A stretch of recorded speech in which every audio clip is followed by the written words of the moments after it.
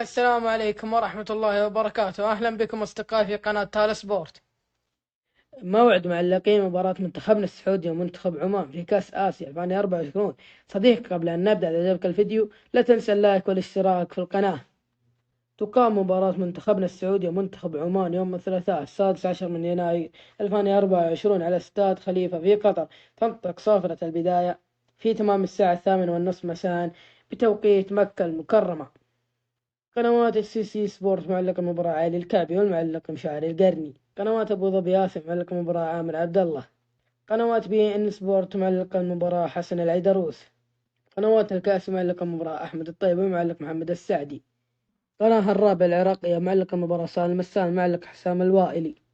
الله يعطيكم العافية أصدقاء تال سبورت، لا تنسى اللايك والاشتراك في القناة وتفعيل زر الجرس ليصلك كل جديد.